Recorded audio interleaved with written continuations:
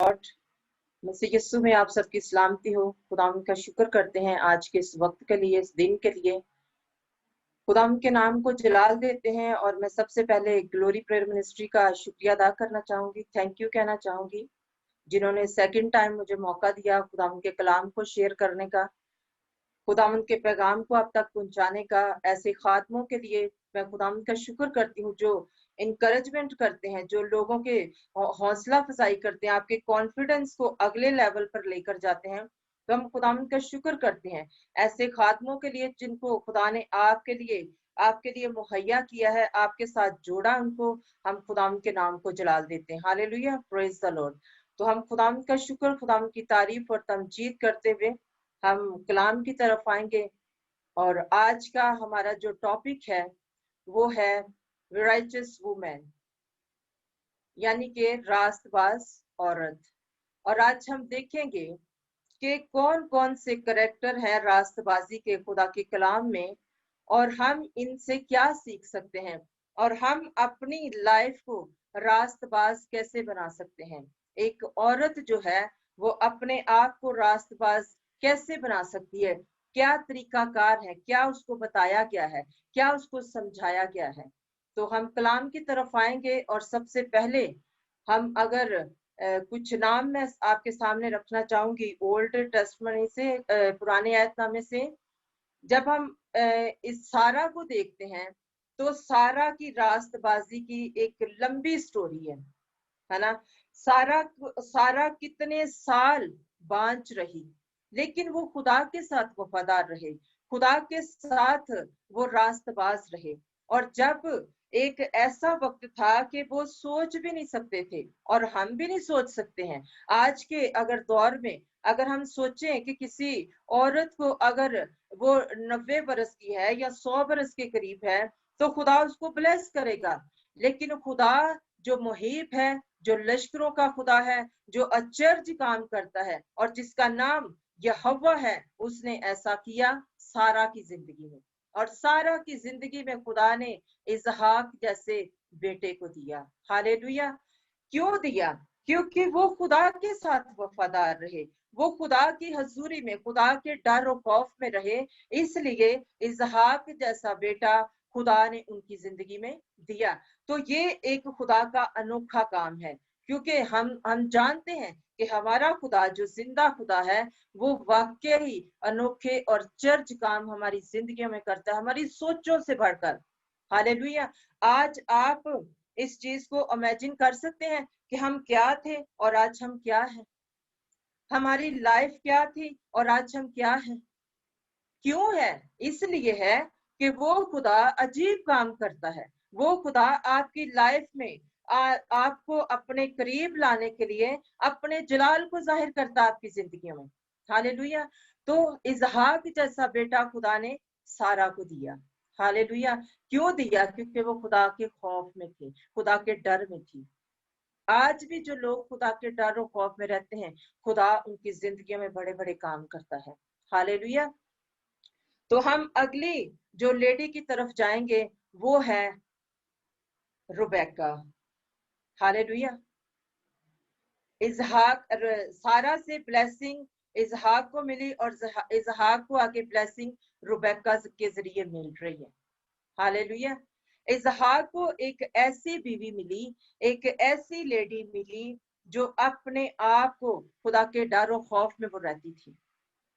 अगर हम देखते हैं इससे हम एक हवाला देखेंगे, पैदाइश उसका 24 बाब और उसकी 63 आयत को हम देखेंगे। जेनेसिस चैप्टर 24 उसकी वर्स 63 है, उसको हम पढ़ेंगे और उसके बाद मैं थोड़ा सा बोलूंगी इसके बारे में, इसकी रास्तबाजी के बारे में। हालेलुया। और इसमें लिखा है 63 आयत से, और शाम के वक्त इसहाक सोचने को मैदान में गया और उसने जो अपनी आंखें उठाई और नजर की तो क्या देखता है कि ऊंट चले आ रहे हैं। और रुबेका ने निगाह की और इसहाक को देखकर ऊंट पर से उतर पड़ी, और उसने नौकर से पूछा, ये शख्स कौन है जो हम से मिलने को मैदान में चला आ रहा है? उस नौकर ने कहा, ये मेरा आका है, तब उसने बुर्का लेकर अपने ऊपर डाल लिया। और नौकर ने जो जो किया सब इसहाक को बताया, और इसहाक रुबैका को अपनी माँ के डेरे में, सारा के डेरे में ले गया। तब उसने रुबैका से ब्याह कर लिया और उससे मोहब्बत की, और इसहाक ने अपनी माँ के मरने के बाद तसल्ली पाई।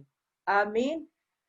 खुदावन का शुक्र करते हैं, उसके नाम की तारीफ और तमजीद करते हैं। बेशक ये प्लान खुदा के थे, बेशक ये सारी चीजें खुदा की तरफ से प्लान की गई थी, लेकिन एक इंसान को नमूना बनाकर उसने हमारे सामने भी हमें सिखाने के लिए खड़ा किया। और यहाँ पे एक बात बड़ी गौरतलब है, एक बात बड़ी देखने वाली है।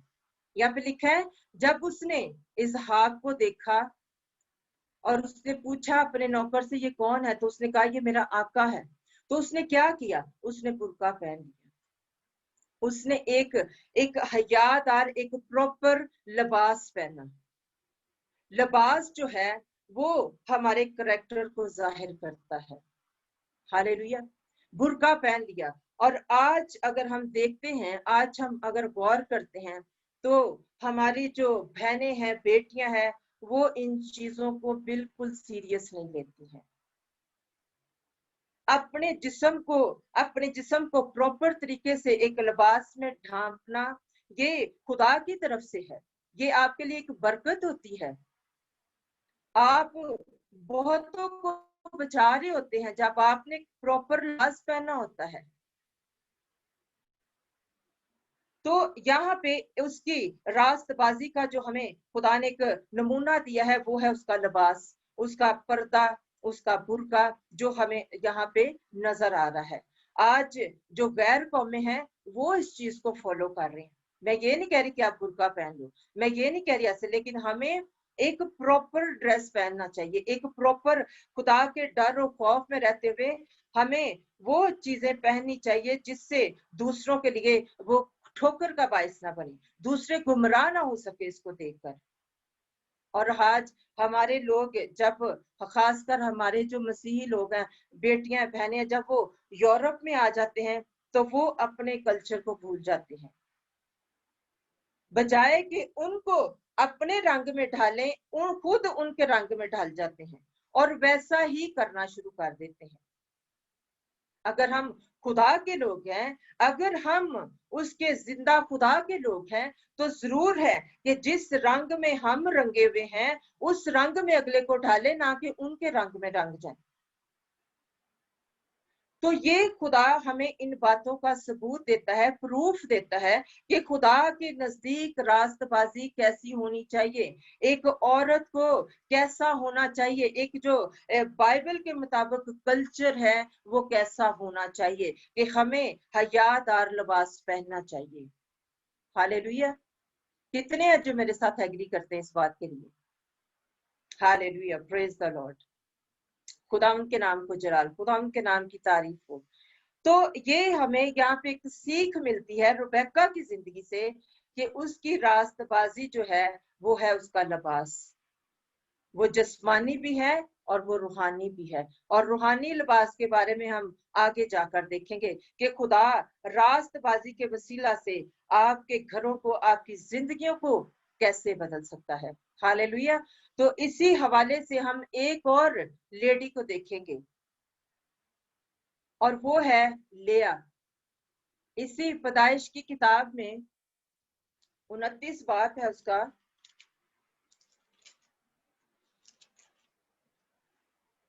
29 बाब में हम लेया की स्टोरी को देखते हैं। हालेलुया। लेया जो थी वो यकूब की बीवी थी। राखल और लेया जो थी वो यकूब की दोनों बीवियां थी। और लेया जो थी उसके रहम को खुदा ने खोला हुआ था, खुदा ने उसको बरकत दी हुई थी, खुदा ने उसको औलाद जैसी बरकत दी थी। लेकिन वो प्यार, वो अपनापन, वो उसको अपने हस्बैंड से नहीं मिल रहा था। वो बहुत परेशान होती थी इन चीजों से। वो बहुत ज्यादा डिस्करेज होती थी इन चीजों से, वो बहुत ज्यादा डिसहार्ट हो जाती थी इन चीजों से, क्योंकि राखल जो थी वो बांझ थी और लेया जो थी उसको खुदा ने ब्लेस किया हुआ था बेटों की बरकत से। इसके बावजूद वो परेशान रहती थी, क्योंकि यकूब जो था वो राखल से प्यार करता था, राखल को पसंद करता था। और जब लेया ने ये सब कुछ देखा तो उसको समझ आ गई कि खुदा के अलावा उससे कोई प्यार नहीं करता है। खुदा की मोहब्बत ही उसके लिए अव्वल तरीन मोहब्बत है। और उसने जब उसका लास्ट बेटा हुआ, जब उस जिसका नाम उसने यहूदा रखा, उससे पहले उसने ठान लिया कि अब मुझे किसी की परवाह नहीं है, कौन क्या करता है, कौन मुझे हमीयत देता है नहीं देता, कौन मुझसे प्यार करता है नहीं करता, मुझे इस बात की कोई टेंशन नहीं। जो बरकत, जो जगह खुदा ने मुझे देनी थी, खुदा ने मेरे बांझपन को खत्म किया और मुझे औलाद जैसी नेमत दी, तो उसने इन सारी चीजों को सोचकर वो खुदा के साथ रास्तबाज हो गई। हालेलुया। कितनों को मेरी बात समझ आ रही है? Hallelujah, praise the Lord.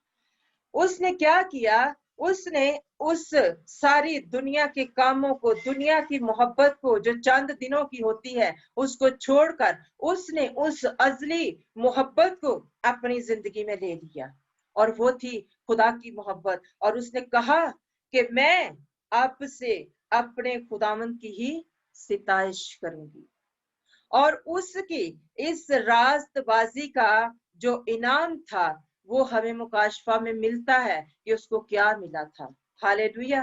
अगर हम मुकाशफा 5 बाब को पढ़ते हैं तो जो उसका बेटा जिसका नाम यहूदा रखा गया था, हालेलुया, हम देखते हैं कि यहूदा क्या था। अगर हम मुकाशफा 5 बाब को देखते हैं तो उसमें इस बात को कहा बताया गया है। उसने कहा, उसने लिखा है, यहूदा के कबीला का वो बब्बर जो दाऊद की असल है। हालेलुया। उस किताब और उसकी सातों मोहरों को खोलने के लिए गालिब आया है। यहूदा की नस्ल से दाऊद, और दाऊद की नस्ल से खुदावंद यीशु मसीह शेर बब्बर। हालेलुया। ये लेया की रास्तबाजी का इनाम उसको ये मिला कि उसके बेटे के कबीला से जो आगे नस्ल चली गई वो, hallelujah, hallelujah, praise the Lord, उसके नाम को जलाल देते। हालेलुया। ये है रास्तबाजी के इनाम। हालेलुया। तो हमें खुदावंद का शुक्र करना चाहिए, उसके नाम को जलाल देना चाहिए। हालेलुया।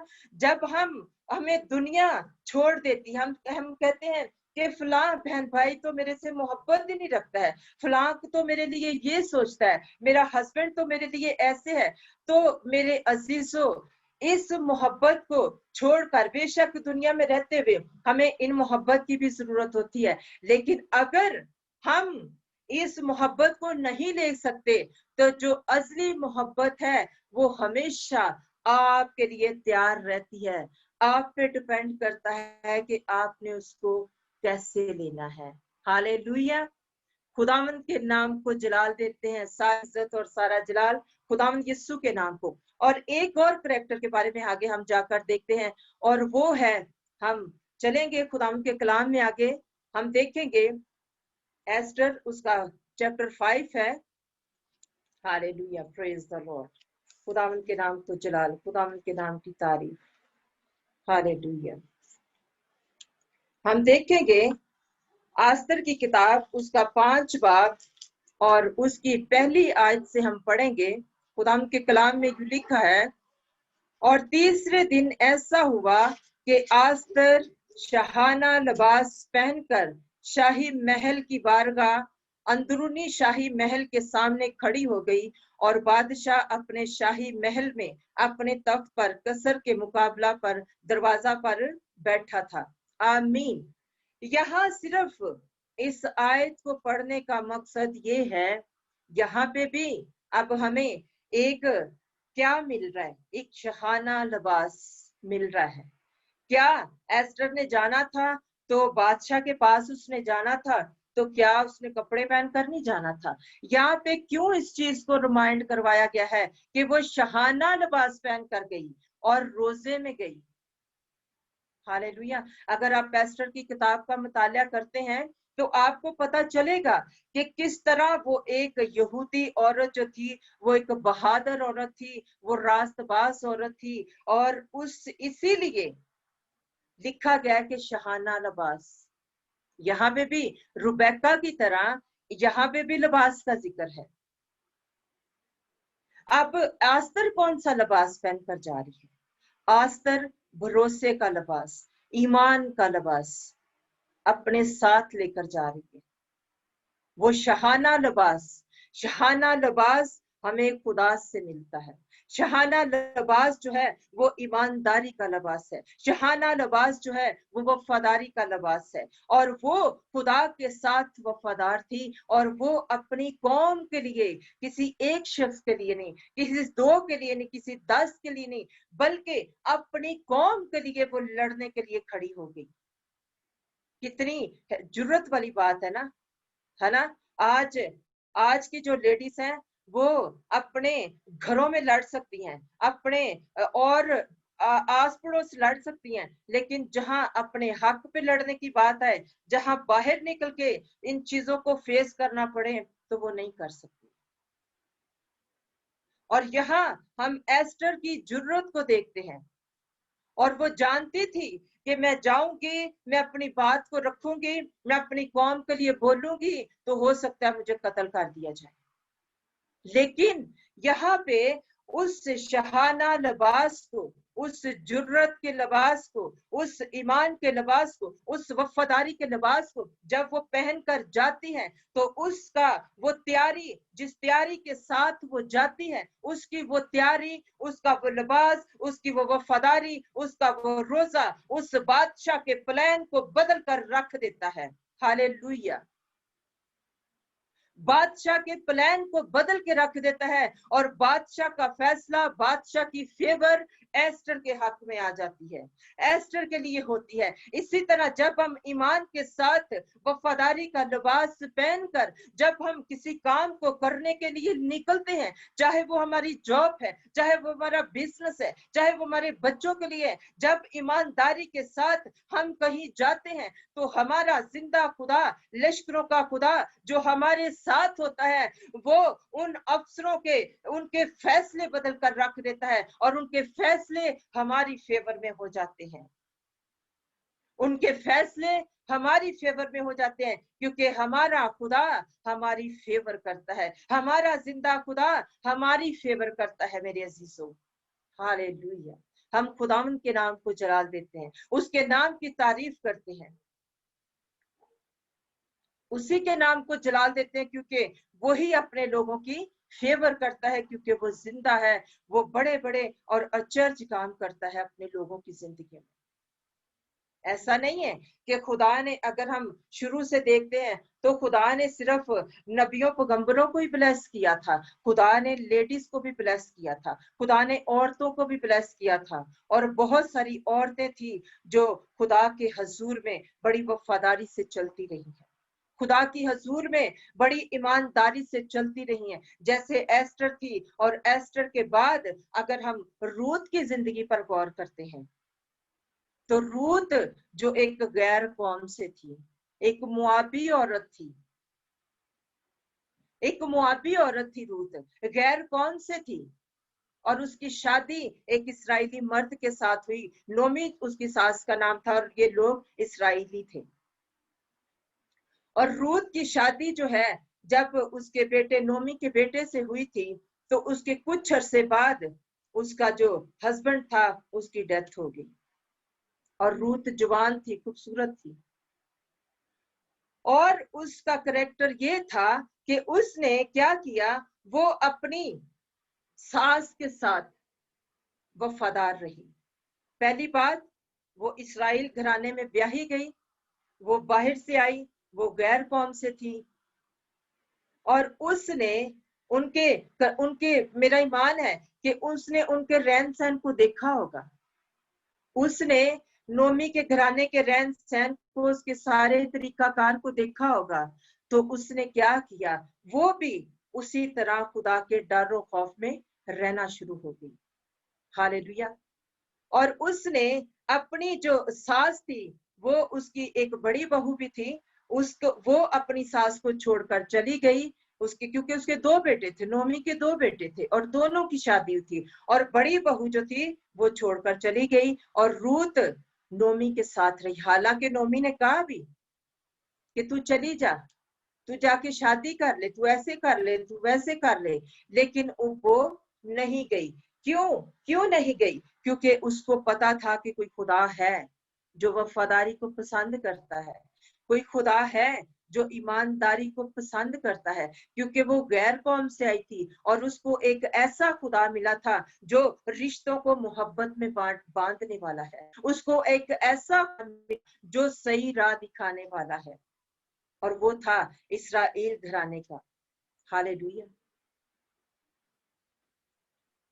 हम अगर रूत की वफादारी की तरफ गौर करते हैं तो उसकी इस बेपनाह वफादारी ने एक मिसाल कायम की इस्राएल घराने में, और उसकी मिसाल ये थी कि वो खुदा की इबादत करती थी, वो खुदा के साथ वफादार रहती थी, वो दुआ करती थी, वो अपनी सास के साथ रहती थी। और ये चैप्टर जो है, ये बुक जो है, ये हमें अपने रिश्तों के साथ वफादारी करना सिखाती है। ये चैप्टर जो है, ये बुक जो है, ये हमें अपने रिलेशन के साथ वफादार रहना सिखाती है। आज आज की अगर हम बहनों की बात करें, सॉरी टू से, तो बात थोड़ी सख्त होगी, लेकिन आज बहनों की बारी है। मैसेज ही बहनों पे है तो बहनों की बात करनी पड़ेगी। आज भाइयों की छुट्टी है। हालेलुया। आज की बहनें जो हैं वो तो कहेंगी मैं हूं, मेरा हस्बैंड होए, कोई तीसरा बंदा ना हो घर में, है ना। आज की बहनें ऐसी ही हैं। और खुदा का कलाम हमें रूत की स्टोरी दिखाता है। रूत जो है उसने रिश्ते को बांध कर रखा। हालेलुया। रूत ने जो है अपने रिलेशन को बांध कर रखा, और उसकी वफादारी खुदा के साथ वो चलती रही, रास्तबाज बन गई वो। और उसकी रास्तबाजी खुदा ने उसको इस तरह दी कि इस्राएल के घराने से ही दोबारा खुदा ने उसकी जिंदगी में एक मर्द के साथ उसकी शादी हुई। इस्राएल के घराने में ही एक और मर्द के साथ उसकी शादी हुई। एक शख्स उसको मिल गया, उसने शादी कर ली, और उस शादी के वसीला से अब हम देखते हैं कि रूत को क्या इनाम मिला था। वफादारी का, रास्तबाजी का, रास्तबाज रहने का, रिश्तों को बांध के रखने का, मोहब्बत का। हालेलुया। जब उसकी शादी हो गई तो इस्राएल के घराने का एक मर्द था जो उसको शादी के लिए मिला, और उसका इनाम जो था, उसको ये शरफ हासिल हुआ कि उसकी नस्ल जो थी वो आगे जब चली तो उसकी नस्ल में जो दाऊद बादशाह था, उसकी परदादी होने का शर्फ जो रूत को था वो हासिल हुआ। हालेलुया। दाऊद बादशाह की परदादी होने का शर्फ रूत को हासिल हुआ। हालेलुया। खुदा, जब हम खुदा के साथ वफादार होते हैं, खुदा के हजूर अपने अपने होंठों की कुर्बानी, अपने हदिया जात, अपने अपनी जिंदगी की कुर्बानी, जो कुछ हम खुदा के साथ रख देते हैं, तो खुदा का कलाम कहता है कि कुर्बानियां जो हैं वो उसके सामने रहती हैं, वो रायगा नहीं जाती है। हालेलुया। रूत की कुर्बानी, उसने सबर किया, सास के साथ वफादार रही, इस्राएली मर्द उसकी जिंदगी में आया, और उसके बाद जब आगे वो बढ़ते गए तो वो उसको दाऊद बादशाह की परदादी होने का शर्फ हासिल हुआ। हालेलुया। Praise the Lord. खुदावंद के नाम को सारी इज्जत, सारा जलाल खुदा बाप, खुदा बेटे और खुदा रूल कुदस को देते हैं। हालेलुया। हमारा खुदा कितना खूबसूरत खुदा है, हमारा खुदा कितना मेहरबान खुदा है, जो रिश्तों को बांध के रखना चाहता है। वो बिखेरना नहीं चाहता है, वो तोड़ना नहीं चाहता है, वो बांध के रखना चाहता है। और उसके रूत के जरिए उसने हमें ये बात सिखाई। हालेलुया। आगे हम एक और करैक्टर को देखते हैं, और वो है हन्ना का करैक्टर। हालेलुया। अगर हम हन्ना की स्टोरी को देखते हैं, हन्ना और फन्ना जो थी वो उसकी अल्काना की 2 बीवियां थी। हालेलुया। और फन्ना को जो थी वो खुदा ने औलाद दे दी, और जो हन्ना थी वो बांझ थी। और हन्ना को बहुत सारे ताने सुनने पड़ते थे, बहुत सारी बातें सुननी पड़ती थी, क्योंकि वो खुदा के खौफ में रहती थी, वो खुदा के डर में रहती थी।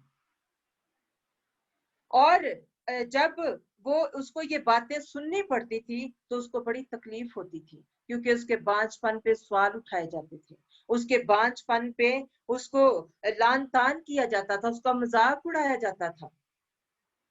आज भी बहुत सारी बहनें ऐसी होती हैं जिनके औलाद नहीं होती है, और लोग क्या करते हैं, सम टाइम ऐसा आता है, बास टाइम लोग अपने बच्चे ही उनसे छुपाना शुरू कर देते हैं कि नहीं नहीं ये बांझ है, ये तो ऐसे है, कहीं हमारे बच्चे को ना इसकी वजह से कुछ हो जाए। बहुत सारी जो बांझ लेडी होती है उनको बहुत सारी चीजों को फेस करना पड़ता है, बहुत सारी बातें सुननी पड़ती हैं। और जब वो औलाद वाली होती है तो उसका रिश्ता जो है वो एक और मजबूत जड़ को पकड़ लेता है, उसकी रिस्पेक्ट हो जाती है, उसकी इज्जत ज्यादा हो जाती है। और जब हम हन्ना की स्टोरी को देखते हैं तो हन्ना बांझ थी। हालेलुया। लेकिन वो खुदा के साथ वफादार थी, वो खुदा के डर और खौफ में रहने वाली थी। और एक दिन ऐसा हुआ कि उसको उसकी जो वो जो सौतन कह सकते हैं आप, जो फन्ना थी, वो कहीं एक दावत में इकट्ठे हुए, तो उसको क्या किया कि उसको वो बहुत ऐसे ताने दे रही थी कि तू ऐसे, उसका मजाक उड़ा रही थी। और जो हन्ना थी वो बहुत परेशान थी। हालेलुया। अगर आप ये पढ़ना चाहेंगे तो आप ये पहला सैमुएल उसका फर्स्ट बाप है, उसको पढ़ सकते हैं आप। मैं ये हवाले इसलिए नहीं दे रही क्योंकि अगर हम हवाले पढ़ना, रेफरेंस पढ़ना शुरू होंगे तो बहुत ज्यादा जो है वो टाइम लग जाएगा। अगर आप पढ़ना चाहेंगे तो पहला सैमुएल उसका पहला बाप है, उसमें ये सारा कुछ लिखा है। ठीक है। तो हम देखते हैं कि जब वो परेशान हो गई, वो फन्ना के तानों से, उसके रोज रोज मजाक से वो परेशान हो गई, और वो खुदा के हजूर में जाकर गिड़गिड़ाना शुरू हो गई, रोना शुरू हो गई। वो रो रही है, उसके होंठ हिल रहे हैं, लेकिन वो दिल ही दिल में खुदा से ये सारी बातें कर रही है कि खुदावन मैं तेरे साथ, कहती होगी, जरूर कहती होगी कि खुदावन मैं तेरे साथ चलने वाली हूँ, खुदावन मैं तेरे साथ, तुझे मैंने तो, जब जैसे आजकल बहने हैं ना, वो कहते हैं कि खुदावन हमने तो इतने रोजे रखे हैं, हमने तो इतनी दुआएं दी है, हमने तो इतनी देगें भी चढ़ा दी हैं, हमने तो ये कर दिया, हमने तो वो कर दिया है, तो अभी तक तूने मेरी बरकत नहीं मुझको दी। लेकिन मेरी बहनों, इस बात को याद रखिए, कभी भी ऐसा नहीं होता कि खुदा आपकी आवाज को नहीं सुनता, लेकिन खुदा का अपना एक वक्त है अपने काम को करने का। ज़बूर में लिखा है कि वो हमारी दुआओं को रद्द नहीं करता है, वो हमारी दुआओं को कान लगाकर सुनता है, उसकी शफकत हम पर रहती है। हालेलुया। तो हन्ना जो थी वो खुदा के सामने तंग आकर, अपने तमाम तानों से तंग आकर खुदा के हजूर में फरियाद कर रही है, खुदा से बात कर रही है। और सिर्फ उसके होंठ हिल रहे हैं, उसकी आवाज नहीं आ रही। और सारे लोग समझ रहे हैं कि शायद इसने नशा किया हुआ है, शायद ये नशे में है, शायद ये ऐसे बुड़बुड़ा रही है, ये रो भी रही है, इसके होंठ भी हिल रहे हैं, इसकी आवाज नहीं आ रही। लेकिन वो उस वक्त उससे बात कर रही थी जो बादशाहों का बादशाह है, वो अपने खुदा से बात कर रही थी, उसकी रूह अपने खुदा के साथ कनेक्ट थी और वो उससे बात कर रही थी। आज जब हम दुआएं करते हैं, गैर जुबानें बोलते हैं, बहुत ऊंची ऊंची दुआएं करते हैं, रोते हैं, चरलाते हैं, तो बहुत सारे लोग जिनको इन चीजों का पता नहीं होता, जो खुदा को नहीं जानते, वो कहते हैं कि ये क्या तरीका है इनका दुआ करने का, ये कैसे दुआ कर रहे हैं, ये कोई तरीका है दुआ करने का, ये तो शोर डालते हैं, ये तो ऐसे करते हैं, ये तो वैसे करते हैं। और इसी तरह लोग उसको भी कह रहे थे कि ये नशे में है, लेकिन वो अपने खुदा से बात कर रही थी। हालेलुया। और जब वो खुदा से बात कर रही थी, खुदा से वो अपने रिलेशन को गहरा कर रही थी, तो खुदा ने उस बरकत को जिसको वो चाहती थी उसको दी, क्योंकि उसकी आवाज ने, उसकी उस आहट ने, उसके आंसुओं ने उसके उस बांझपन को तोड़ दिया। उसने उसके मुंह के कलाम ने उसके बांझपन को काट डाला। आज आप भी अपने बांझपन को अपने मुंह के कलाम से काट सकते हैं और आप कह सकते हैं कि आए बांझपन, तू मेरी लाइफ का हिस्सा नहीं है, तू मेरा पोर्शन नहीं है। आपका कलाम, आपका बोलना आपके बांझपन को काटेगा मेरे अजीजों। आपका बांझपन, आपके मुंह का कलाम आपका बांझपन नहीं रहने देगा।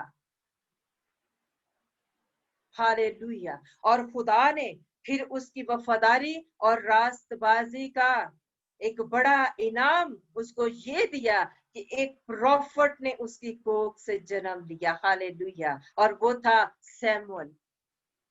एक प्रॉफिट, एक नबी ने उसकी कोख से जन्म लिया। उसकी रास्तबाजी, उसकी वफादारी ने, खुदा ने ये इनाम उसको दिया कि उसकी जिंदगी में सैमुअल जैसा बेटा आया।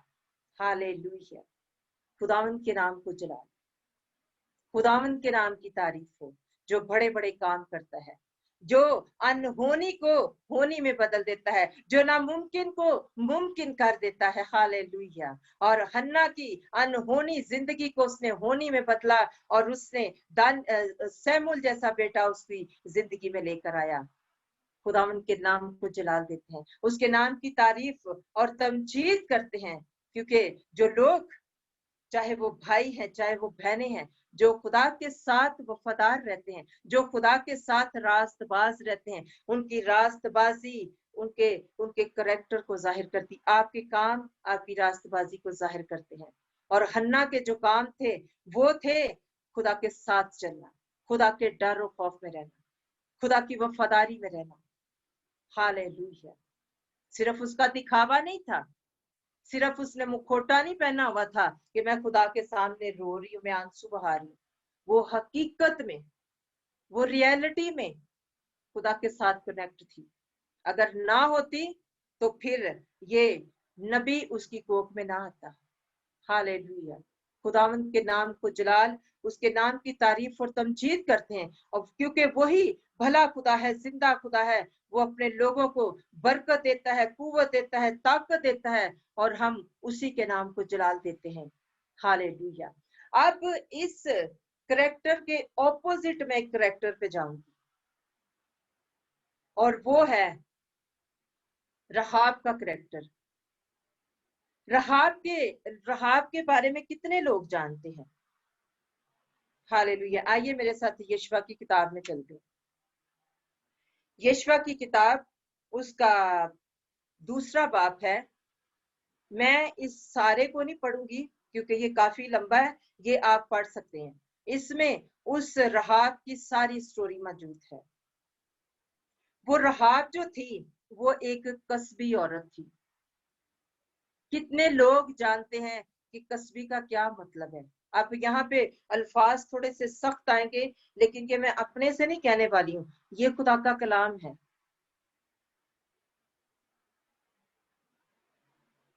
और मेरा ख्याल है कि इस करेक्टर को मैंने बहुत कम सुना है, बल्कि मैंने तो सुना ही नहीं है।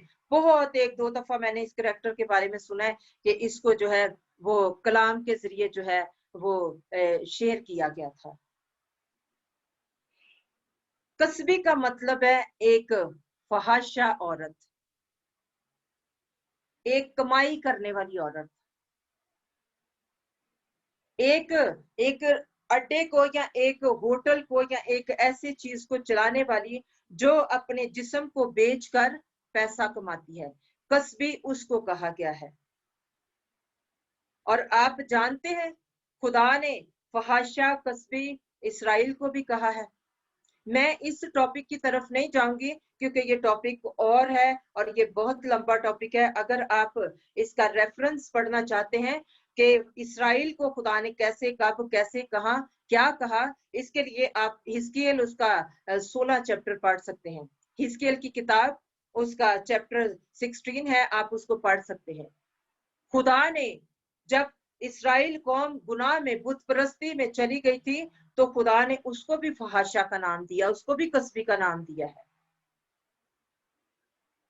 क्योंकि ये खुदा का अजाब था इस्राएल पर। उस वक्त बहुत गुस्सा था खुदा उनके साथ। तो हम रहाब की तरफ आएंगे कि रहाब जो थी वो एक कस्बी औरत थी।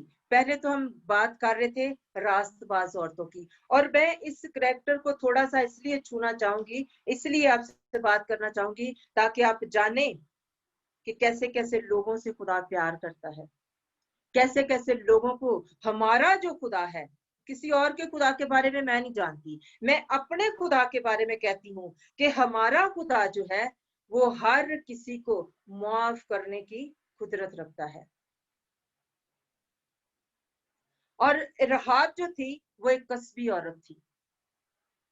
और इस यशवा के जमाने में, जब यशवा ने एक अपने जो 2 जासूस थे वो यरू में भेजे थे, क्योंकि यरू का बादशाह बहुत सख्त था, वो खुदा के लोगों को मरवा देता था, कत्ल कर देता था। और जब यशवा ने अपने 2 जासूस भेजे, अपने 2 लोग भेजे यरू में, उस सारी जासूसी को करने के लिए कि क्या हो रहा है, क्या वहां पर चल रहा है, क्या नहीं हो रहा है ना। जासूस का काम है ना सारी इंफॉर्मेशन को इकट्ठे करके लाना, है ना।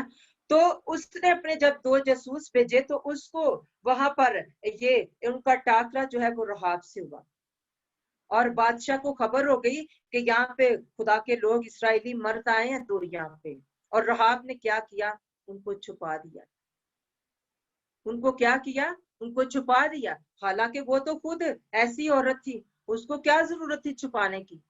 लेकिन जब उस औरत ने, आई थिंक मेरा ईमान है कि उसने उन मर्दों को देखा होगा, तो उन मर्दों के चेहरे से उसको खुदा का जलाल नजर आया होगा। उनके चेहरे से उसको कोई ऐसी बात मिली होगी जो उसने ऐसा कोई काम करने की बजाय बादशाह से उन 2 मर्दों को छुपा दिया। और उसने उन 2 मर्दों से ये बात की कि मैं जानती हूँ कि तुम्हारा खुदा जो है वो आसमान और जमीन का खुदा है। कितना अजीब बात है ना कि एक औरत जो बुत परस्ती करने वाली है। मैं कस्बी के बारे में आपको थोड़ा सा बताना चाहूंगी, थोड़ा सा टच देना चाहूंगी। कस्बी औरतें क्यों कलाम में ये करैक्टर क्यों दिया गया है, क्योंकि एक देवी थी जिसका नाम इश्तहारात था। उस देवी की पूजा की जाती थी, और उस देवी के जो लोग थे वो ये सब कुछ करते थे। उनके उनकी नजर में ये जो चीजें थी, ये जो देवी थी जिसकी वो पूजा करते थे, उस उसके मंदिर में ये सब कुछ होता था, और वो समझते थे कि ये मुकद्दस औरतें हैं। कस्बी औरतें जो हैं इनको मुकद्दस औरतें कहा जाता था उनके मंदिर के अंदर। और रहाब भी जो थी वो एक कस्बी औरत थी, एक फहाशा औरत थी। लेकिन जब उसने खुदा के लोगों को देखा, तो उसने कहा कि मैं जानती हूँ तुम्हारा खुदा जो है वो आसमान और जमीन का खुदा है। इसका मतलब है वो जानती थी कि जो कुछ पैदा करने वाला, जो कुछ बनाने वाला, जो कुछ करने वाला, वो तुम्हारा खुदा है। क्योंकि तुम इस्राएल के हो, तो इस्राएल का खुदा जिंदा खुदा है। इस्राएल का खुदा लश्करों का खुदा है। इस्राएल का खुदा मुहैया करने वाला खुदा है। हालेलुया। और उस औरत ने कहा, उसने उनको छुपाया, और उसने उनको छुपा कर उन मर्दों को बचाया। और जाने के जब उन मर्दों के जाने का वक्त हुआ, तो उसने कहा कि तुम जाते, मैंने तुम्हें छुपाया है, मुझे तुम्हें कुछ देना पड़ेगा। मैंने जो तुम्हारे ऊपर एहसान किया है, मुझे तुम्हें कुछ देना पड़ेगा।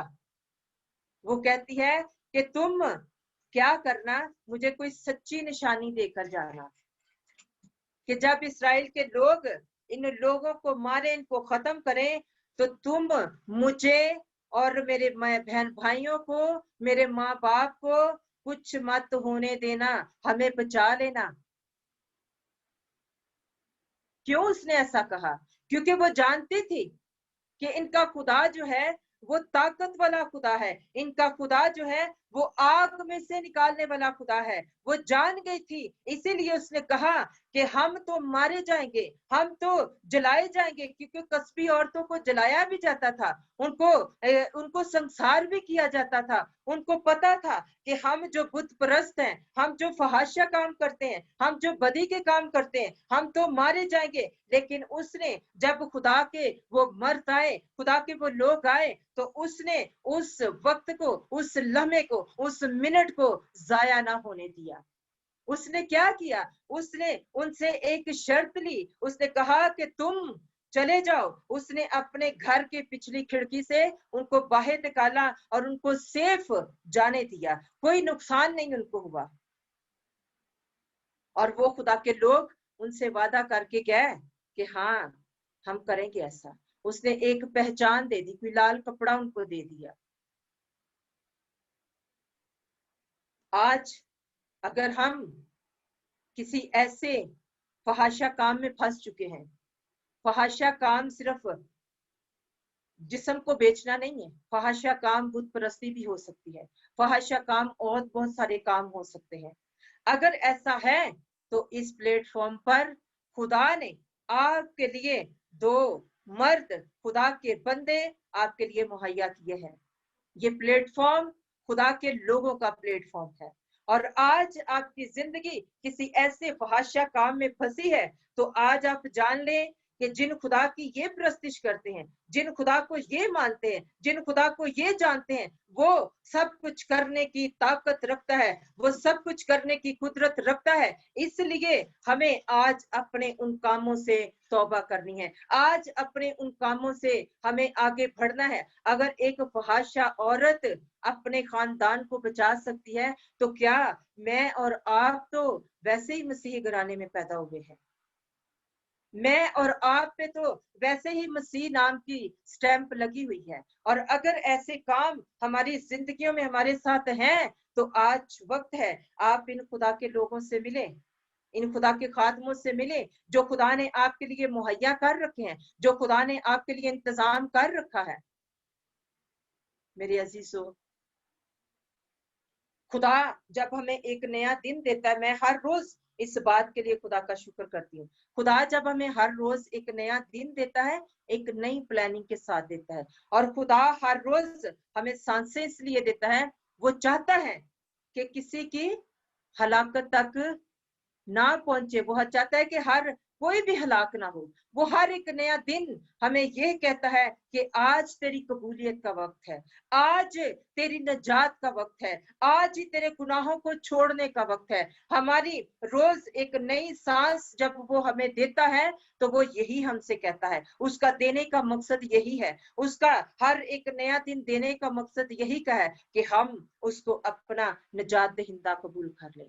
जिस तरह इस कस्बी औरत ने इस खुदा के मर्दों के साथ जो उसकी कमिटमेंट हुई, उसने जो वक्त उसको खुदा ने दिया, हो सकता है ये खुदा की प्लानिंग थी, हो सकता है ये खुदा का ही मंसूबा था उनको भेजने के लिए। हालेलुया। ताकि ये कस्बी औरत और इसका घराना बच जाए। और जब उसने देखा कि मेरे पास तो वक्त है, उसने उस वक्त को जाया ना होने दिया, उसने खाली ना जाने दिया। हालेलुया। आज मेरे और आपके पास वक्त है, और इस प्लेटफॉर्म पर खुदा ने वो मर्द, वो पास्टर, वो खुदा के जो मर्द खुदा ने तैयार किए हैं रूहों को बचाने के लिए, आज वो 24 आवर अवेलेबल है आपके लिए। आप जब चाहें उनसे राब्ता कर सकते हैं, आप पर्सनली इससे बात करें। अगर कोई आपकी ऐसी प्रॉब्लम है जो आप मीटिंग के दौरान शेयर नहीं कर सकते हैं, अगर ऐसी कोई बात है और आपके दिल में वो गुनाह, वो गंदगी, वो फहाशापन आपको आगे नहीं बढ़ने दे रहा, तो आप उनसे बात कर सकते हैं। वो आपको गाइड करेंगे। क्योंकि मेरे अजीजों, आगे बढ़ने के लिए, आगे जाने के लिए हमें एक गाइडेंस चाहिए होता है, हमें एक हेल्पर चाहिए होता है, दुनिया में भी, जिस्मानी तौर पर भी और रूहानी तौर पर भी। और खुदा के जो काहिन, खुदा के चुने हुए लोग, खुदा के खादम, खुदा की खादमाएं इसीलिए बनाई गई हैं, ताकि वो हम जैसे आम लोगों को जो खुदा के साथ नए नए चलना शुरू हुए हैं, उनको गाइड कर सके। उनको वो चीजें प्रोवाइड कर सकें जो उनकी रूह में आगे बढ़ने के लिए उनकी जरूरत है।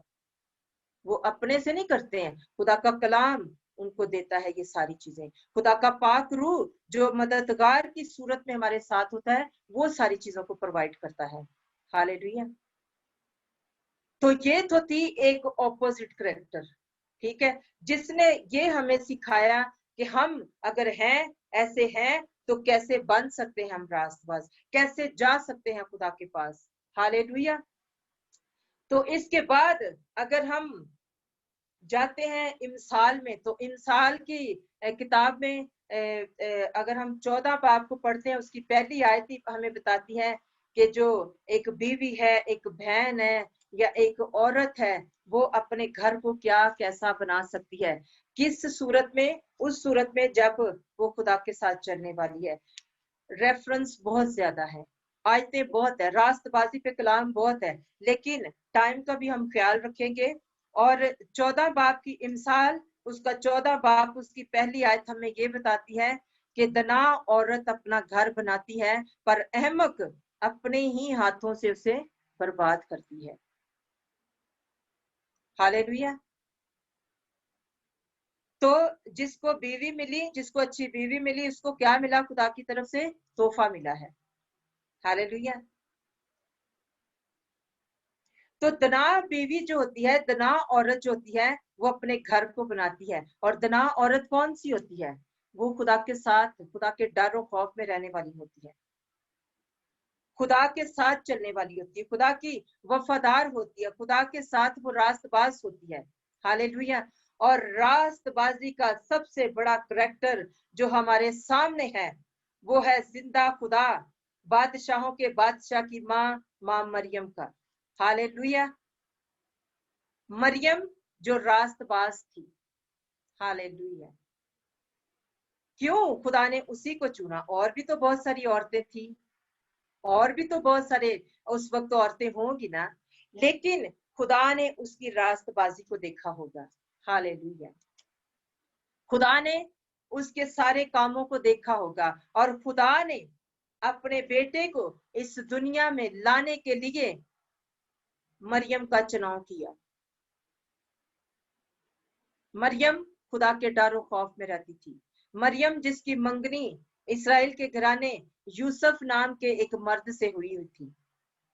खुदा ने मरियम को चुना, और खुदा यीशु ने उस रास्तबाज औरत के जरिए इस दुनिया में आया।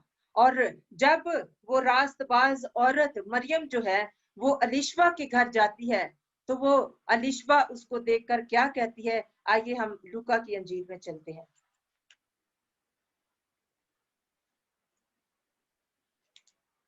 लूका की अंजील उसका चैप्टर 2 है, लुक चैप्टर 2 और उसकी वर्स जो है, hallelujah, praise the Lord. Look chapter 2 और उसकी वर्स जो है वो,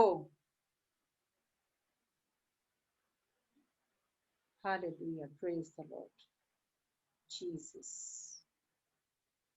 सारी इज्जत और सारा जलाल हम खुदावंद के नाम को देते हैं। हालेलुया।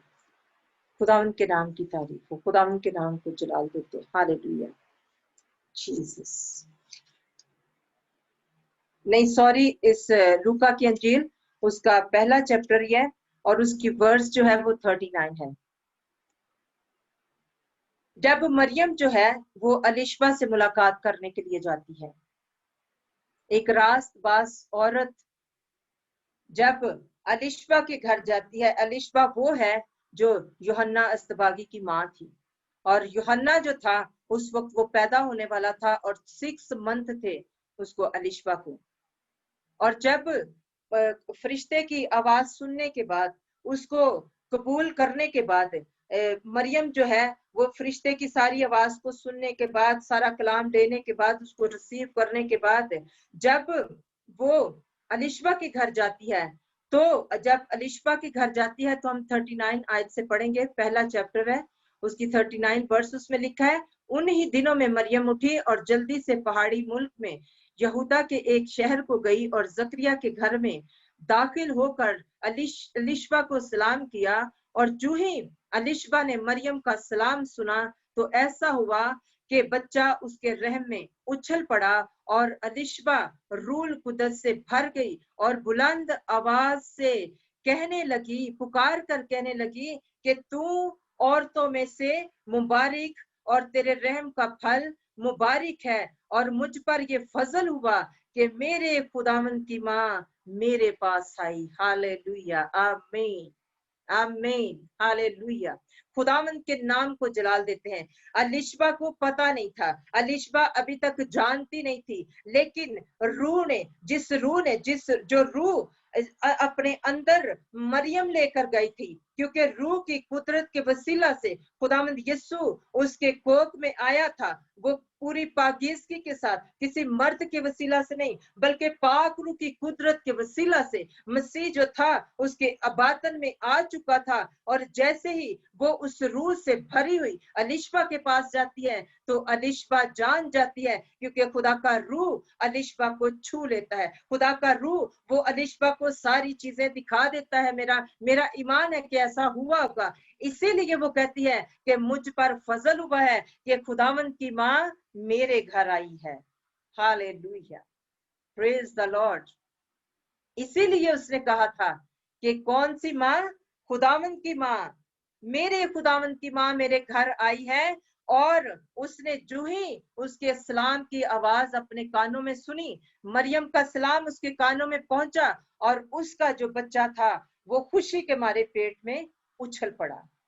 हालेलुया, क्योंकि यूहन्ना भी जान गया था ये वही है जो मेरे बाद में आने वाला है और मैं इसकी जूती का तस्मा भी खोलने के लायक नहीं। हालेलुया। यूहन्ना अपनी माँ के पेट में जान गया होगा कि ये वही आया है जो मेरे बाद में आने वाला है। Praise the Lord, hallelujah. खुदावंद की कुदरत, खुदा के लोगों की कुदरत, खुदा का पाक रूह जब खुदा के लोगों के साथ किसी के घर में जाता है तो वहां पर बड़े बड़े काम होते हैं। अगर शैतान है वहां पर तो शैतान को तो जूती उतार के हाथ में पकड़ के नहीं, उसको तो अपनी जूती सर पे रख के भागना पड़ेगा। वो कहेगा कि ये तो आग अब आ गई है, ये तो मुझे जला के भस्म कर देगी। वो तो वहां से भागेगा वहां पे। क्यों? क्योंकि खुदा के लोग, खुदा के रास्तबाज लोग जब कहीं जाते हैं तो वो खुदा के रूह से भरे होते हैं। खुदा के एंजल, खुदा की पावर, खुदा के फरिश्ते, खुदा की आग उनके साथ जाती है। हालेलुया, क्योंकि जब हमारा खुदा हमारे आगे आगे चलता है तो खुदा का कलाम कहता है कि भस्म करने वाली आग उस खुदा के आगे आगे चलती है। और जब खुदा के लोग कहीं जाते हैं तो खुदा उनके साथ रहता है और वो भस्म करने वाली आग भी आगे आगे चलती है। हालेलुया। आज मेरे और आप पे डिपेंड करता है, मुझे और आपको चुनना है कि हमें क्या चुनना है। हमें रास्तबाजी चुननी है, हमें वफादारी चुननी है, या हमें इसी तरह दुनिया के कामों में रहना है। आज खुदा ने आपको वक्त दिया है, आज का दिन आपके लिए है, आज का लम्हा आपके लिए है। आप नहीं जानते चंद लम्हों के बाद आपके साथ क्या होने वाला है। मैं नहीं जानती चंद घंटों लम्हों के बाद मेरे साथ क्या होने वाला है, लेकिन मैं हमेशा खुदा से दुआ करती हूँ। मेरी ख्वाहिश है और मैं खुदा से हमेशा ये ख्वाहिश करती हूँ कि खुदावंद जब इस दुनिया से मेरा सफर खत्म हो, मेरी जान निकले, तो मेरा सफर तेरे कलाम को पढ़ते वक्त खत्म हो। मैं नहीं चाहती कि इस दुनिया के कामों में मेरी जिंदगी का सफर हो ताकि मुझे आगे जाकर हमेशा की आग में ना जाना पड़े। मैं चाहती हूँ कि मेरा ये इस दुनिया का जो सफर, क्योंकि हम एक मुसाफिर की तरह इस दुनिया पर, हमारा सफर चंद दिनों का है। ये सफर कब कहाँ खत्म हो जाए हमें नहीं पता है। तो मेरे अजीजों, आज आपके लिए वक्त है, अपने दुनिया के कामों से निकल आए, अपनी दुनिया की ख्वाहिशों से निकल आए। आपने तौबा की है, ये काम, ये मसीह, ये मुश्क आपका पीछा नहीं छोड़ने वाली है। ये ऐसे ही आपकी जिंदगी के साथ रहेंगे। तो अच्छा नहीं है अगर दुख सहने हैं तो मसीह में आकर सहने, अगर तकलीफें साथ चलनी है तो मसीह में आकर सह लें। लेकिन जो तकलीफें आप 100% सह रहे होते हैं वो 99% खत्म हो जाती हैं। हालेलुया। क्यों? क्योंकि बाद में तो हमें स्ट्रॉन्ग करने के लिए आजमाइश आती है। खुदा हमें मजबूत करने के लिए हम पर आजमाइश आती है। हमें रूहानी तरक्की में आगे बढ़ने के लिए आजमाइश आती है। हालेलुया। तो मुझे और आपको क्या चुनना है? मुझे और आपको हमारा चुनाव क्या होना चाहिए? हालेलुया। हम देखते हैं इस चुनाव के हवाले से लूका चैप्टर 10 है उसका, लूका 10 बाब और उसकी 38 आयत को हम देखते हैं। Hallelujah, praise the Lord. खुदा उनके नाम को जलाल, खुदा उनके नाम की तारीफ हो। हालेलुया। और यहाँ पर जो है, यहाँ पर एक चुनाव होता है। किसका? दो बहनें हैं जो चुनाव करती हैं अपने लिए। यीशु के पास बैठे हुए दो बहनें अपनी लाइफ के लिए चुनाव करती हैं। हालेलुया। और लूका की अंजील उसके 10 बाब और उसकी 38 आयत में लिखा है, मैं आपके लिए पढ़ना चाहूंगी।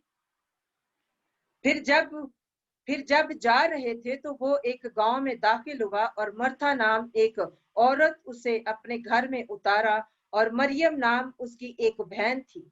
वो यीशु के पांव के पास बैठकर उसका कलाम सुन रही थी। लेकिन मर्था खिदमत करते करते घबरा गई। बस उसके पास आकर कहने लगी, आए खुदावंद, क्या तुझे ख्याल नहीं कि मेरी बहन ने खिदमत करने को मुझे अकेला छोड़ दिया है? बस उसे फरमा के मेरी मदद करे। खुदावंद ने जवाब में उससे कहा, मर्था मर्था, तू तो बहुत सी चीजों की फिक्र तरद्दुद में है, लेकिन एक चीज जरूर है कि मरियम ने वो अच्छा हिस्सा चुन लिया है जो उससे छीना ना जाएगा। आमीन, आमीन, हालेलुया। आज आप सब मरियम हैं। आज आपके चुनाव का वक्त है। आज आप अपने अच्छे हिस्से को चुन सकती हैं। आज खुदा आपको वक्त दे रहा है। अपने आप को इस दुनिया के कामों से अलग कर दें। मत देखें कौन क्या कर रहा है। मत इस चीज को देखें कि आपकी लाइफ पहले क्या थी। मत इस चीज को सोचें कि आप क्या करते थे। आप देखें कि मेरा खुदा जो हर एक गुनाह को माफ करने की कुदरत रखता है और वो चाहता है कि हम उसके करीब जाएं। इसीलिए मरियम उसके करीब गई, मार्था उसके करीब नहीं गई। मार्था उसकी और कामों में मसरूफ होगी। लेकिन खुदा ने, यीशु ने उससे साफ कहा, जब उसने शिकायत की तो यीशु ने उससे कहा कि तू तो दुनिया की फिक्र तरद्दुद में है। आज भी बहुत सारी बहनें जो है, बेटियां जो है, वो दुनिया की फिक्र तरद्दुद में है। फलां का घर ऐसे बन गया है, मेरा घर ऐसे क्यों नहीं? फलां के घर में फलां चीज आ गई है, मेरे घर में ऐसी चीज नहीं है। फलां ने ऐसे कपड़े पहन लिए, मेरे पास ऐसे कपड़े क्यों नहीं है? फलां के घर में ये चीज आ गई, मेरे पास ऐसी चीज क्यों नहीं? ये दुनिया की फिक्र करनी है। और ये चीजें जो है, इनकी उम्र बहुत कम है। ये चंद दिनों की है, ये चंद लम्हों की है। और अगर आप उस हिस्से को चुनते हैं जो मरियम ने चुना था, तो वो हिस्सा आपको खुदा की बादशाहत में लेकर जाने वाला है।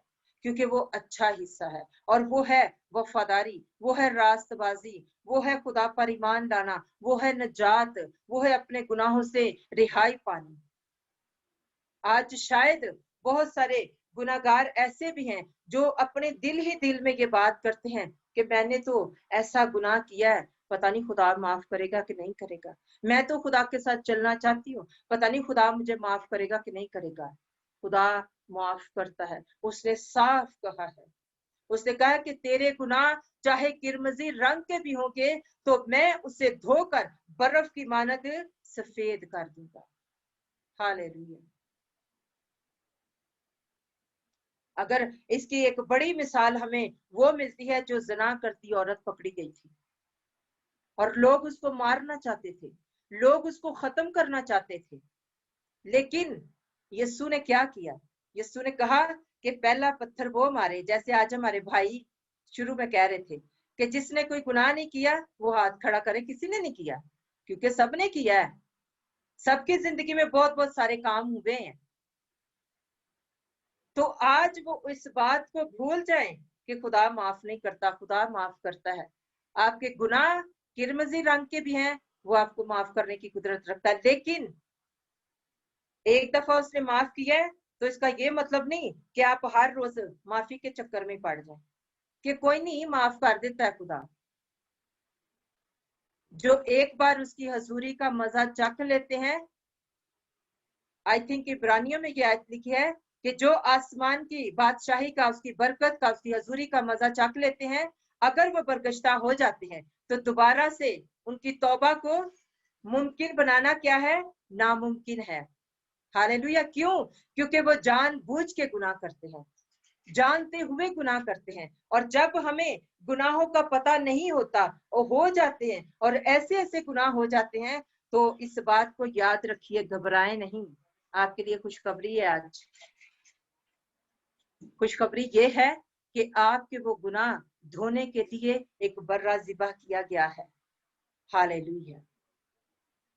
एक बर्रा ज़िबा किया गया है और उसका लहू हमें धोकर पाक और साफ करता है। आप बिलीव करें, मैंने ऐसा कुछ नहीं लिखा है, मुझे नहीं पता ये कलाम कहाँ से आ रहा है, और मैं जानती हूँ कि जो मेरे साथ है, जो मुझे ताकत देता है, उसमें मैं सब कुछ कर सकती हूँ। फिलिपियों 13 में लिखा है, 4:13 में, जो मुझे ताकत बख्शता है उसमें मैं सब कुछ कर सकता हूँ। Hallelujah, praise the Lord. तो आज इस बात की फिक्र को छोड़ दें और माफी की तरफ आए। आज आपका दिन है, आज आपका दिन है, आज आपका वक्त है। खुदावंद आपको माफ करना चाहता है और माफी देकर वो आपको ऐसी पहचान देना चाहता है जो इस दुनिया के खुदा आपको नहीं दे सकते हैं। क्या आप जानते हैं, क्या हम जानते हैं कि हम कौन हैं? Do you know who are you? कौन कौन जानता है कि हम कौन हैं? अगर नहीं जानते तो मैं आपका तारुफ करवाना चाहूंगी कि आप कौन हैं। जब आप खुदा को मान लेते हैं, जब आप खुदा को पहन लेते हैं, जब आप यीशु को पहन लेते हैं, तो आपकी पहचान को आपको जानना बहुत जरूरी है। पहला पतरस उसका 2 बाब उसकी 9वीं आयत को हम देखेंगे कि हमारी पहचान क्या है। हाँ, हालेलुया, प्रेज द लॉर्ड। पहला पतरस उसका 2 बाब, 1 पीटर उसका चैप्टर 2 उसकी वर्स 9 है। खुदाम के कलाम में यूं लिखा है, लेकिन तुम एक बरगज़िदा नस्ल, शाही कायनों का फिरका, मुकद्दस कौम और ऐसी उम्मत हो जो खास, खुदा की खास मलकियत है। क्या हो तुम? खास। खास लोग आप जानते हैं क्या होते हैं? वीआईपी लोग, है ना? मिनिस्टर लोग, शाही लोग।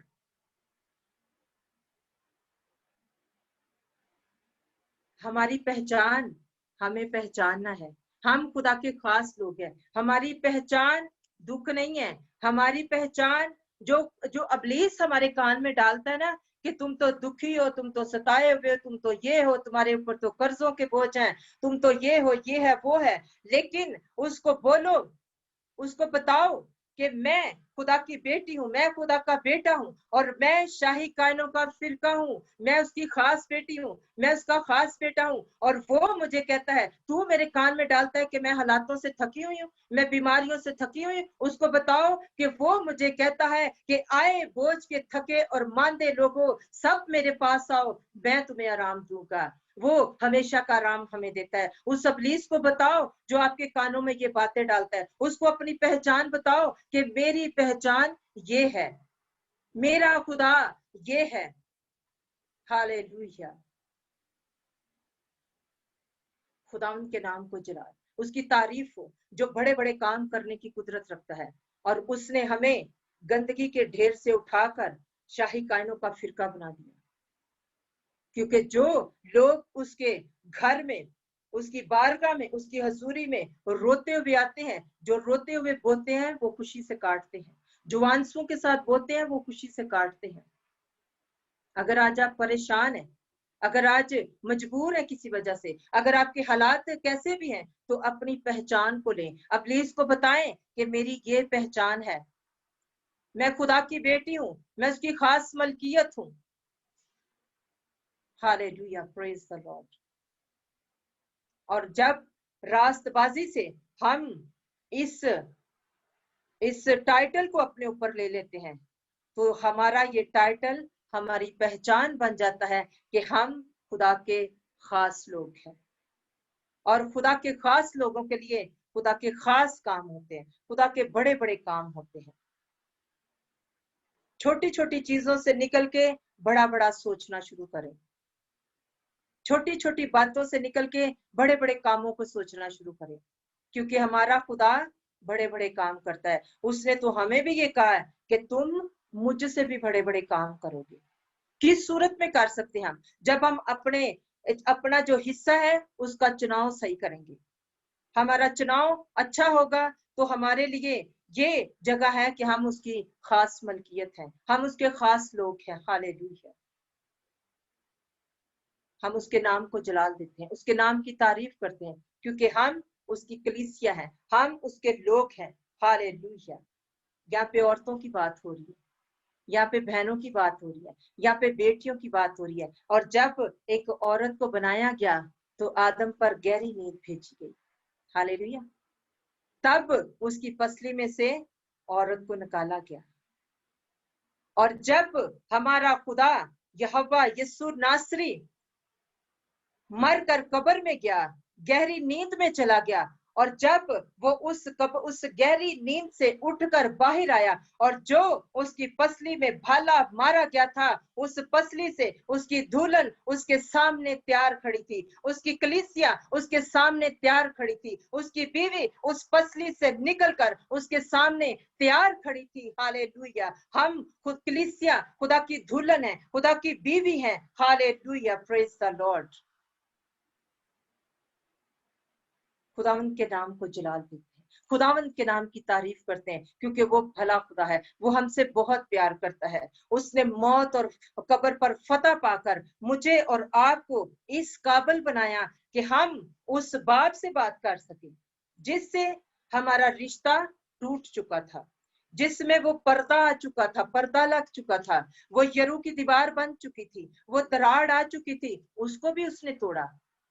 अगर हम हिस्ट्री को पढ़ते हैं, हिस्ट्री का मुताला करते हैं, तो हमें कैसे पता चलेगा कि हाँ, कैसे इस पर्दे को खुदा ने हमारे से दूर किया। आप जानते हैं, अब बहुतों ने ये इस चीज को पढ़ा है कि जब पहले खुदा के जो लोग होते थे वो क्या करते थे, जब एक काहिन मुकर्रर होता था तो इस तरह बैठ के इकट्ठे बैठ के कोई इबादत नहीं कर सकता था। एक खास जगह, एक खास खैमा मखसूस होता था, और काहिन ही उसके अंदर रहता था, काहिन ही दुआ करता था सबके लिए। और किसी ने अपनी भेड़ चढ़ानी, नजर चढ़ानी है, तो उस काहिन को बाहर से दी जाती थी। उस पाक खेमा में किसी को इजाजत नहीं होती थी अंदर जाने की, और जो काहिन अंदर होता था उसके पांव को एक रस्सा बांधा जाता था, उसके पांव में एक आवाज करने वाली चीज को बांधा जाता था, जैसे घुंघरू हो सकते हैं या पायल हो सकती है, कि ये चलता फिरता रहे तो बाहर पता चलता रहे कि वो अंदर जिंदा है। हालेलुया। उसके पांव को रस्सा बांधा जाता था। तो उसमें क्या होता था कि किसी को अंदर जाने की इजाजत नहीं होती थी। इतना सख्त कानून, इतनी इतनी सख्त चीजें पहले लोगों ने की हैं। मुझे और आपको तो सारी चीजें प्लेट में डाल के दे दी गई हैं, माफी प्लेट में डाल के दे दी गई है। कोई कुर्बानी नहीं करनी पड़ी, कुछ नहीं करना पड़ा, सब कुछ हमें प्लेट में डाल के दे दिया गया है। इसके बावजूद हमें कदर नहीं है। हिस्ट्री को उठाकर देखें, कैसे कैसे लोग खुदा तक पहुंचने के लिए काहिनों के जरिए उनको हदिये नजराने चढ़ाने पड़ते थे, काहिनों के जरिए उनको खुदा के पास जाना पड़ता था। और जब वो काहिन अंदर मर जाता था तो तब भी इतनी परमिशन नहीं उनको होती थी कि अंदर जाकर उसको ले आए, उसको रस्सी के साथ ही बाहर खींच लेते थे, उस रस्सी के साथ ही। क्योंकि उस पर्दे में, उस पाकीज़गी में, उस पाक जगह में आम इंसान को जाने की इजाजत नहीं थी, लेकिन मेरे और आपके खुदा ने, मेरे और आपके यीशु ने जब ये कहा कि तमाम हुआ, तो वो हैकल का पर्दा, वो जुदाई की दीवार जो हमारे और बाप के दरमियान थी, वो फटकर दो हिस्से होगी और वो हमारे लिए रास्ता बना बाप तक पहुंचने के लिए, वो हमारे लिए रास्ता बना बाप से बात करने के लिए। हालेलुया।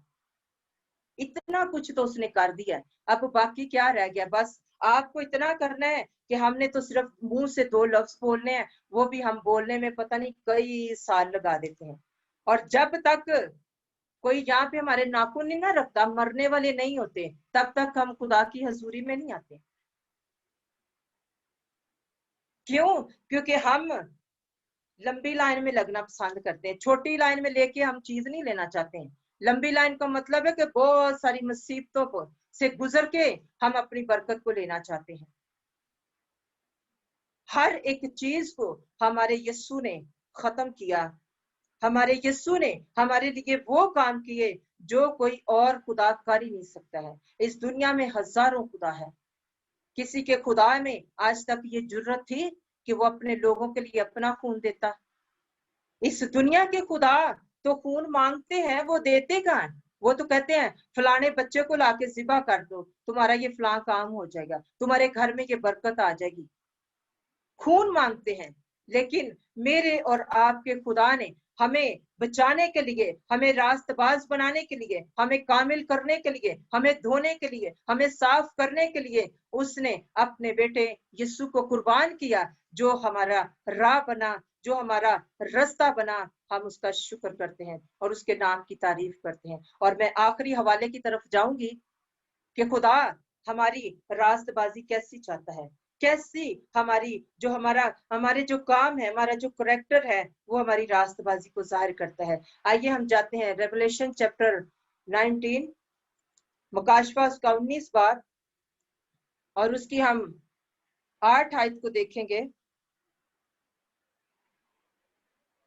रेवलेशन चैप्टर 19 और उसकी वर्स 8 है, उसमें लिखा है, और उसको चमकदार और साफ मोहीन कतानी कपड़े पहनने का इख्तियार दिया गया, क्योंकि मोहीन कतानी कपड़े से मुकद्दस लोगों की रास्तबाजी के काम मुराद हैं। आमीन। जैसे पहले लिबास का जिक्र हुआ, अब यहाँ पे भी एक लिबास का जिक्र हो रहा है। और वो लिबास क्या है? वो हमारे करैक्टर को जाहिर करता है, हमारे कामों को जाहिर करता है। हम अपने कामों से पहचाने जाएंगे कि हम खुदा के साथ कितने चलने वाले हैं। आज बहुत सारे जो है वो ऐसे ऐसे लोग, ऐसे झूठे नबी आ चुके हैं जो अपने कामों की वजह से पहचाने जाते हैं। और हम कैसे उनको पहचान सकते हैं? बड़ी बात ये है, हम उनको कैसे पहचान सकते हैं कि वाकई ये झूठे नबी हैं? जब हम खुदा के इस कलाम को पढ़ेंगे, खुदा की आवाज को सुनेंगे, खुदा के कलाम की स्टडी करेंगे। क्योंकि यीशु ने तो हमें बार बार बता दिया है, उसने तो हमें अलर्ट कर दिया है कि बहुत सारे झूठे नबी आएंगे और आ चुके हैं और काम हो रहा है। तो रास्तबाजी जो है वो कामों से पहचानी जाएगी। रास्तबाजी का लिबास कैसा होना चाहिए? दागदार होना चाहिए?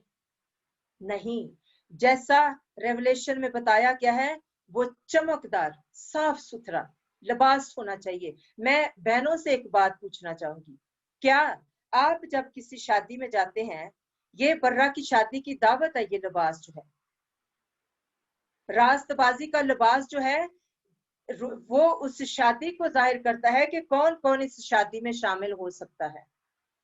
हालेलुया। और मैं बहनों से पूछना चाहूंगी, क्या आपने कभी आपने चाहा कि हम किसी शादी में जा रहे हैं, है ना, और हमारा जो लिबास है वो कहीं से फटा हो, है कहीं उस पे कहीं दाग लगा हो? हमारी बहनें तो कहेंगी अच्छा फलां ने 10,000 का पहना है, मैं 20,000 का पहन के जाऊंगी। मैं नजर आनी चाहिए, मैं ऐसा लिबास पहनूंगी, मैं ऐसा चमकदार लिबास पहनूंगी कि मेरा लिबास सबसे खूबसूरत होना चाहिए। उस लिबास को पहनने के लिए हम शर्म फील करते हैं। हम कहते हैं हम शादी में ऐसा लिबास क्यों पहन कर जाएं, हम क्यों ऐसी चीज को पहन कर जाएं कि हमें शर्म आएगी, लोग क्या कहेंगे कि इसके लिबास पे तो दाग लगे हैं। और सॉरी टू से एक सख्त बात यहाँ पे कहना चाहूंगी, क्या ये शर्म हम रूहानी लिबास के लिए कर रहे हैं? क्या हमें ये शर्म रूहानी लिबास के लिए नहीं करनी है? आज हमें देखना है कि हमारा रूहानी लिबास कितना साफ सुथरा है। कहीं हमारा वो लिबास तो नहीं है कि हम शादी में न जा सके, और अगर जबरदस्ती जाते हैं तो मत्ती 22 बाब में उस शादी का जिक्र है। वो शादी का लिबास पहनकर नहीं आया था और उसे निकाल दिया गया था उस शादी से। बादशाह ने कहा इसके हाथ और पांव बांध दो और इसको कहां डाल दो, जहां रोना और दांतों का पीसना है। क्या आपका लिबास वैसा तो नहीं है? क्या आज रास्तबाजी का लिबास दागदार तो नहीं है? अगर है तो आज वक्त है अपने उस लिबास को बर्रे के लहू से धोएं, अपने कामों को उसकी मर्जी के मुताबिक करें, क्योंकि खुदा का कलाम कहता है कि इंसान अपने कामों से और दरख्त अपने फलों से पहचाना जाता है। हालेलुया। तो जरूर है कि हमें अपने लिबास की फिक्र करनी है। हमें रास्तबाजी दिखावे वाली नहीं करनी है। जैसे अबलीस दिखावा करता है ना, कैसे दिखावा करता है? वो कहता है, जैसे कलाम में लिखा है कि शेरे बब्बर की तरह दहाड़ता है। शेरे बब्बर है नहीं है। शेरे बब्बर का कॉस्ट्यूम पहन के वो हमें डराता है, और अंदर क्या होता है? वो एक चूहा है। कॉस्ट्यूम में, शेर के कॉस्ट्यूम में वो चूहा है। और जब हम खड़े ही होते हैं, इस तलवार को लेकर जब खड़े होते हैं, तो वो भागता है और वो वापस उस रास्ते आता ही नहीं है, क्योंकि वो जानता है कि इनका ये जो कलाम है, ये क्या है? ये ऐसी तलवार है जो जड़ से काट देती है। ये कलाम आग की मानत है जो जलाकर भस्म कर देता है। हालेलुया। और आज मुझे और आपको क्या फिक्र करने की जरूरत है? अपने अच्छे हिस्से को चुनने की, अपनी पहचान को लेने की। अबलीस को बताएं कि मेरी ये पहचान है, और अपने कामों को वैसा करें, अपने रास्तबाजी के लिबास को उन जेवरों से सजाएं जो जेवर पाकरू के हैं, पाकरू के फल, पाकरू की नेमतें, पाकरू के हथियार। और जब आपके पास ये सब होंगे तो आप लड़ना भी सीख जाएंगे, आप जंग करना भी सीख जाएंगे, आप आगे बढ़ना भी सीख जाएंगे। हालेलुया। तो आज वक्त है कि खुदावंद की आवाज है कि अपने रास्तबाजी के लिबास को कैसा बनाओ? चमकदार, साफ सुथरा, जिस पर कोई दाग ना हो, ताकि आप बगैर उस दाग के, उस लिबास के साथ उस बादशाहत में दाखिल हो सके जिसके आप हकदार हैं। और हम सब हैं, कोई एक नहीं है। सिस्टर स्वीटी नहीं है, सिस्टर मनप्रीत नहीं है, या हमारे ब्रदर नहीं है, कोई एक नहीं है, सभी उसके हकदार हैं। लेकिन हमने अपने कामों से उस रास्तबाजी के लिबास को क्या करना है? साफ सुथरा करना है। Hallelujah, praise the Lord.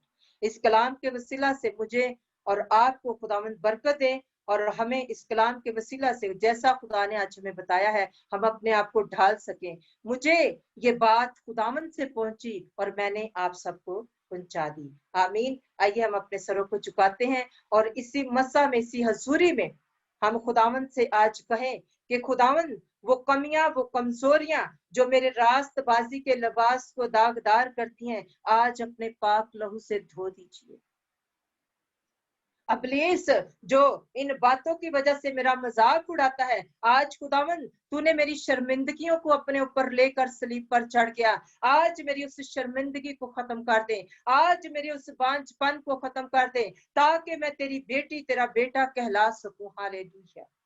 आए पाक यहोवा लश्करों के खुदा, जलाल के बादशाह, तू जो साहिब जंग है और तेरा नाम यहोवा है, और तू आप हमारी लड़ाइयों को लड़ता है। हम तेरा शुक्र करते हैं, हम तेरी तारीफ और तमजीद करते हैं, हम तेरे नाम को जलाल देते हैं। खुदावंद, आज जितने मेरे बहन भाइयों ने इस कलाम को सुना, ये कलाम उनकी जिंदगी में जो बीज बोया गया है, और पाक रूह की बारिश के वसीला से ये कलाम उनकी जिंदगियों में फ्रूटफुल हो, और यीशु नासरी के नाम कलाम से, मैं इस कलाम के बीज को इन सब की जिंदगियों में सील करती हूँ, ताकि इब्लीस इस कलाम को चुराने ना पाए, छीनने ना पाए, इनकी बरकत को चुराने ना पाए। खुदावन तेरा शुक्र हो, तेरी तारीफ हो, तेरी सितारिश हो, ताकि ये कलाम जब फ्रूटफुल हो तो कोई 100 गुना, कोई 60 गुना और कोई 30 गुना इसके वसीला से फल लाए। तेरा शुक्र हो, तेरी तारीफ हो, तेरी सितारिश हो। खुदावन एक एक जन को बड़ी बरकत दे। आज के कलाम के वसीला से खुदावन हमने बरकत पाई, आपका शुक्र करते हैं।